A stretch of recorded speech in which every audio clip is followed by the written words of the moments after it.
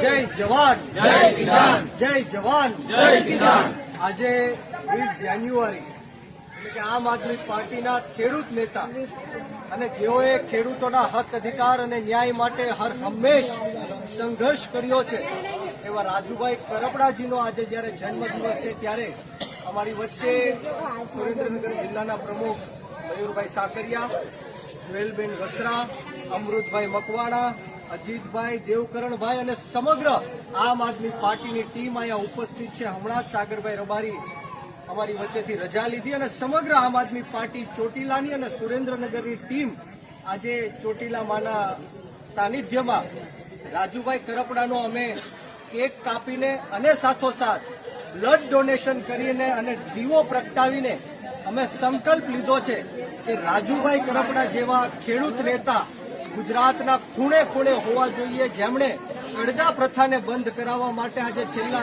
3 મહિનાથી એ સંઘર્ષ કરી રહ્યા છે।